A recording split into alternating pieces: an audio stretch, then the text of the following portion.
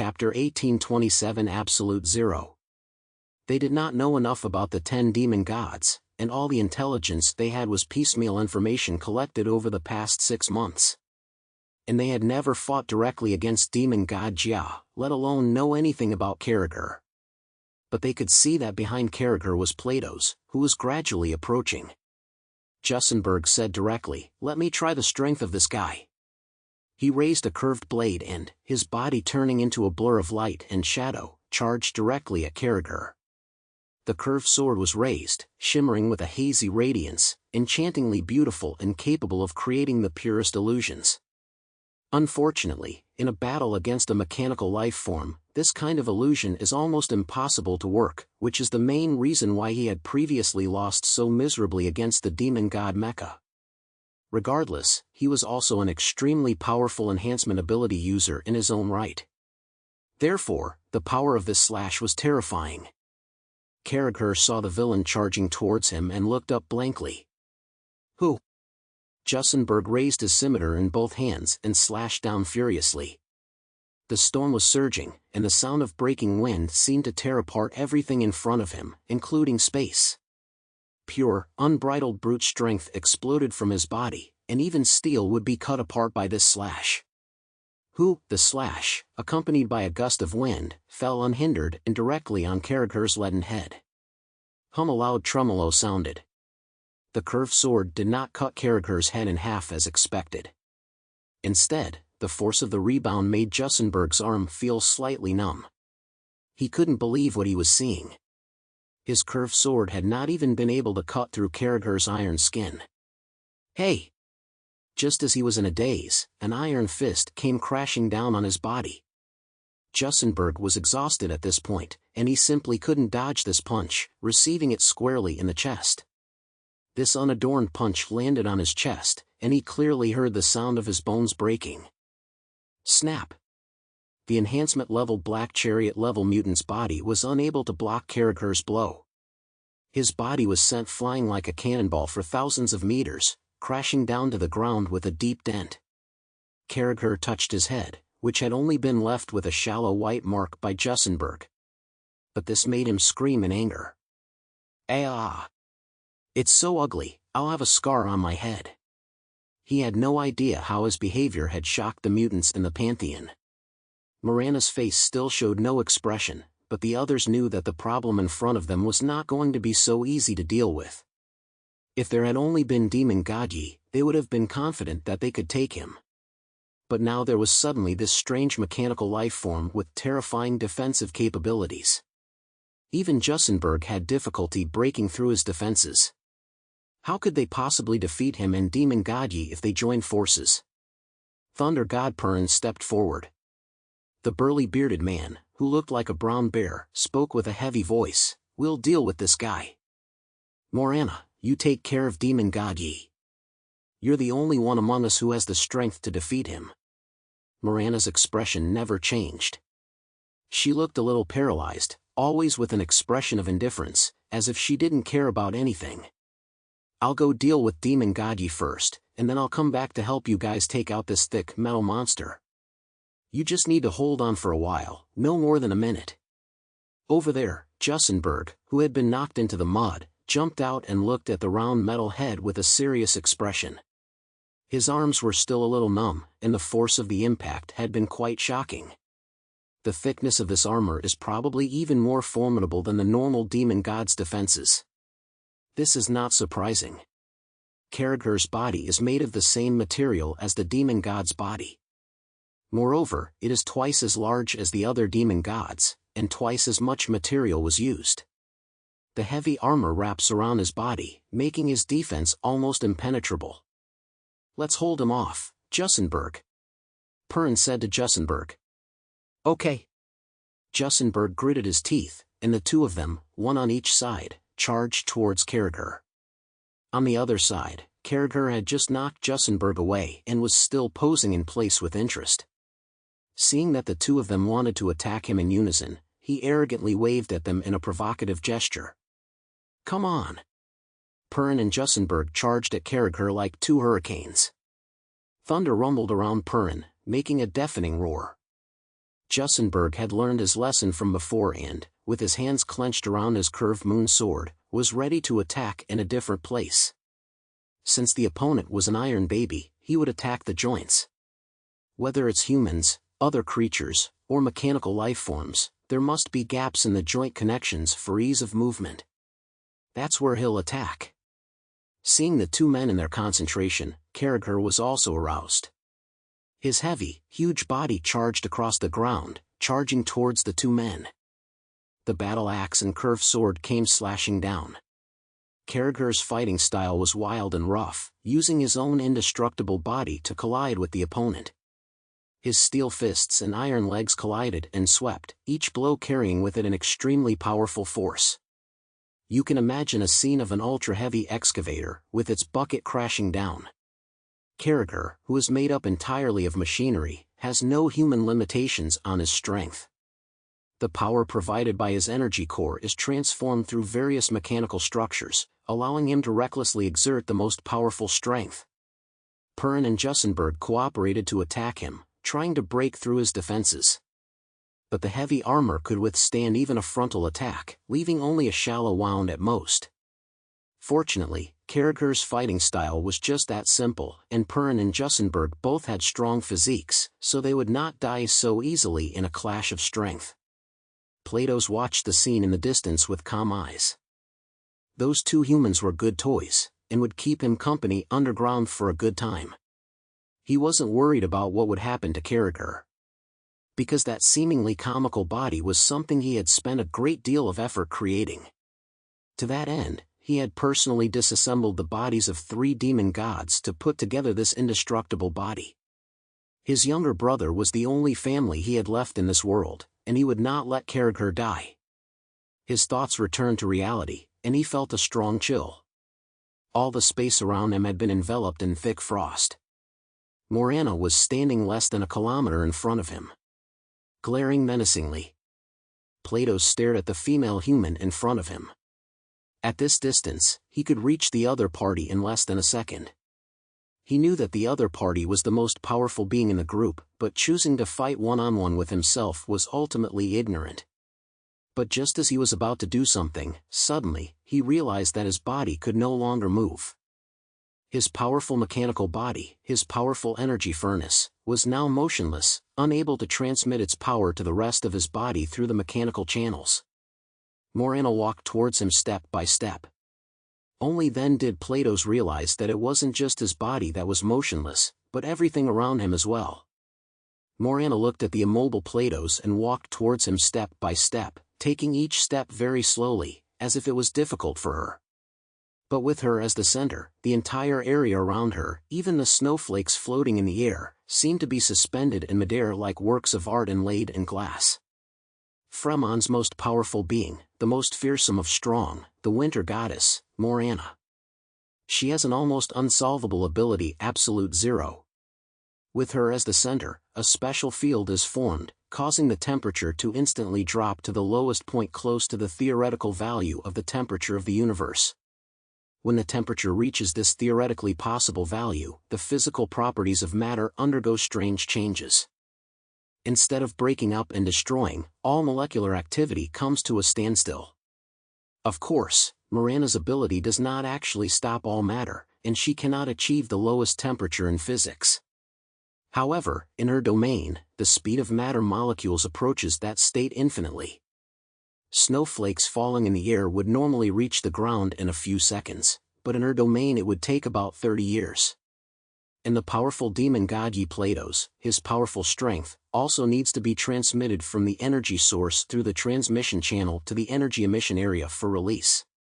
His steel body also needs to move with the passage of time. But when everything is close to stillness, no amount of strength can be exerted. Morana slowly walked towards Platos. This ability is her foundation. Why dare she directly choose the highest level of difficulty for the task? No matter what you want to do next, you can't do it while your body is completely unable to move, can you? Morana had now come within less than 10 meters of Platos. She raised her arm, her slender, pale hand looking almost lifeless. This hand slowly approached Platos. If she were to touch him, she would instantly be able to completely freeze his body and then shatter it into pieces. In Fremon's command center, the Prodaja trio held their breath and stared at the scene, clearly able to see everything that was happening through the various cameras on the battlefield. It was a forbidden realm that could not be approached, and no one could stop Morana from doing whatever she wanted. Even attacks launched from the outside would immediately come to a standstill upon contact with this realm. Nothing could stop Morana from killing Platos. Prodaja's heart was in his throat. Platos was conscious, but his body was completely unable to move. No matter what command he issued to his body, the process of consciousness transforming into electrical signals to transmit to the body was incredibly slow. He would be touched by the approaching woman's right hand before his energy furnace could even start. Platos, one of the 10 demon gods of mechanical civilization and one of the most powerful, was about to be killed by Morana. Morana closed in step by step, and her right hand was about to touch Plato's armor in the next moment. And at that very moment, a magnificent power suddenly exploded from Plato's body, like a raging storm, directly hitting Morana's body. Boom! Morana's body was sent flying, and her field of absolute zero began to slowly dissolve. The ecstasy in the eyes of the Prodaja trio instantly disappeared, replaced by shock and fear. This is impossible. Prodaja's voice had changed. Morana's absolute zero cannot be broken. What on earth was that? Suddenly, it seemed as if something had come to mind in his mind, and his lips could not help but tremble. There's only one possibility, only one possibility. Aliev and Vladimir could no longer hold back, and stared at him, asking, "What's going on?" Prodaja pointed at the screen, swallowed a bitter mouthful of saliva, and said in a trembling voice, "Mind." Morana's absolute zero, the only thing that cannot be blocked, is the mind of a living being. Human research into supernatural powers has continued for 3 years.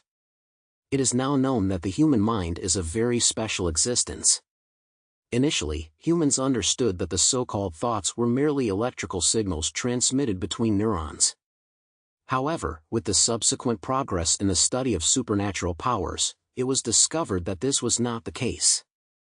It is a very special thing that does not depend on a material body to exist, and can even exist independently of matter itself, forming the existence of the soul in human legends. The thought body is so powerful that it can even have an impact on supernatural powers. For example, Zhang Yi's dimensional space cannot actively contain living creatures with their own consciousness. Liu Karen's divine machinist, and the upgraded transformation from nothing ability can decompose all matter, but they are ineffective against people with their own consciousness. The same is true of Morana's absolute zero, which can stop almost everything on the material plane, but it cannot freeze thought and achieve true stillness of time. What Prodaja had in mind was the information that Zhang Yi had once told him. Among the demon god bodies, the higher-level demon gods may have supernatural powers. They are living beings, not just mechanical life forms. Prodaja reported this information to the Pantheon, but they didn't take it too seriously. After all, whether they are mutants or artificial humans, they are just different life forms. But they never imagined that the demon god Yi Platos would have the ability to exert powerful mental powers. Platos was in the realm of absolute zero, and the surrounding realm slowly shattered as he repelled Morana. His body was already able to move, and he looked coldly at Morana in the distance, shocked by her abilities. Such power was even considered top-notch within his clan. Unfortunately for Morana, she had encountered him, one of the most powerful remaining figures from a long-gone civilization. He was a strong being that had survived the endless passage of time. Morana's body was sent flying, and although she kept her face cold, an unnatural scarlet color appeared on her fair complexion. She was trying her best to hold back, but a trace of blood still spilled from the corner of her mouth, slowly dripping onto the ground and forming ice flowers. Her domain had already been shattered, but Platos still stood there nonchalantly. However, behind Platos, slender mechanical tentacles were dancing frantically. In an instant, those tentacles suddenly tensed and shot towards the direction where Morana was. Those were no tentacles. They are clearly weapons made up of thousands of sharp daggers, each of which is now suspended in midair and speeding towards Morana. The tips of the daggers are embedded with red energy crystals that are so bright they are blinding. The thousands of daggers are not flying very fast, but they are fast enough to surround Morana. Morana's gaze grew even more cold, and once again, a deep blue mist of ice filled the air around her, forming a huge field of absolute zero around her body. The thousands of daggers were sealed in midair, while in the distance, Platos raised his mechanical arm and, after giving her a slight finger snap, aimed at her. The daggers, which had originally been suspended in midair, suddenly shot towards Morana's body at an even faster speed. The daggers formed a dense ball, blocking all the space around Morana. Morana's ability could only affect the area centered on herself, and at this time, she was unable to control Plato's body, let alone influence him to manipulate the daggers with her telekinesis. Morana's pupils became increasingly cold, and the cold around her grew stronger, as if it were trying to freeze the air. The speed of the daggers finally slowed down considerably, but they were still advancing at a steady pace. This was a contest of strength, and neither Morana nor Platos moved, but the psionic power and Frost's supernatural powers were clashing fiercely. If Morana let up even for a moment, her body would be pierced by the daggers and she would be shot to pieces. However, compared to Morana's tension, Platos looked carefree. His fingers deftly controlled the daggers, as if teasing his prey, slowly advancing towards her body. However, no one could help Morana now. Neither Perrin nor Jussenberg could spare any help at the moment, as they were already struggling with Carragher. Carragher was an upgraded version of the lower-level demon gods, and his defensive power was several magnitudes stronger than that of a level 9 demon god like Demon God Gui. Just that kind of incredibly heavy armor, even if Zhang Yi came, he would have to use Divine Realm Netherworld cleansing dozens of times in a row before he had a chance to blast it open. What's more, he himself had a powerful energy source, and he relied purely on strength and defense to fight, which had already made the two extremely flustered. Morana naturally didn't expect help from anyone else. As the Ice Queen, she had long been accustomed to fighting alone and did not need to rely on others. The daggers had slowly formed a circle around her. At this rate, they would pierce her combat suit and enter her body in 3 minutes at the most. Just then, her lips moved slightly, giving a command at breakneck speed. At the same time, the Sphere 1 satellite, which had already taken up position in space, faced the side sunlight, gathered powerful energy at the tip, and shot a white energy cannon at the Earth. The attack from the sky came instantly, gathering speed under the pull of gravity. Plato sensed a powerful force approaching as it illuminated the sky above. Facing this attack, Platos directly raised his left hand, opening his palm towards the sky. A defensive force field? That's something for lower-level demon gods to use. Demon god bodies without supernatural powers rely on this to face mutants. But there was no need at all. Telekinesis transformed into a huge barrier, blocking the attack from the Chong Kong No. 1. The white pillar of light shot at the transparent barrier, fiercely impacting this layer of defense. The collision between the energies lit up everything around in the darkness, and the dazzling white light even made the soldiers and mechanical life forms in the distance lose their targets. From the Fremon's combat center, the hearts of the 3 leaders Prodaja, Aliev, and Vladimir had already been raised to the roof of their mouths. He actually managed to block the attack of the sphere. Vladimir stood up and pounded on the table in disbelief. Everyone in the command center showed expressions of panic. The sphere's strike could cover an area within 100 meters, and from a space perspective it was just a very small dot. Within such a small area, its destructive power was even greater than that of the Reaper of Love with a medium to small yield. But this attack had no effect on the demon god Platos. However, it did have some effect. Platos's power comes from himself and the large number of red energy crystals embedded in his body. When he released his telekinesis shield to defend against the attack from the Changkuan 1, his control over the daggers was weakened. This allowed Morana to take control of them and then freeze them directly with icicles. Instead of retreating, Morana pressed her hands into the ground and suddenly charged towards Plato's like a nimble cheetah. Her eyes were burning with fighting spirit. She didn't believe that her abilities would be ineffective against the guy in front of her. At the very least, she could freeze the other person's body. And it was only because she wasn't guarding against the opponent's ability to use her powers that she was caught off guard. But if she could think of this, couldn't Plato's? He wouldn't just stand there and let Morana seal him in absolute zero again. Morana is indeed fast, but he is even faster. As a top-level master of the mental power, his speed has even reached the extreme speed that is almost equivalent to space shuffle. Because he doesn't need to rely on any external objects, but completely controls his body with his mind. Even the wind resistance is erased by his mind. Morana was unable to get close to Plato's body, and her powers could not be used. Bang! Bang! Bang! The icicle shattered, and Plato's controlled the black daggers. Thousands of daggers struck Morana again. They intertwined in the air to form an impenetrable net, and the red energy crystals behind them glowed with a deadly light. They were not very fast, as there was no need for that at all. Controlling thousands of daggers at the same time, even if the speed was reduced, as long as Plato's gave the command, they would chase Morana to the ends of the earth.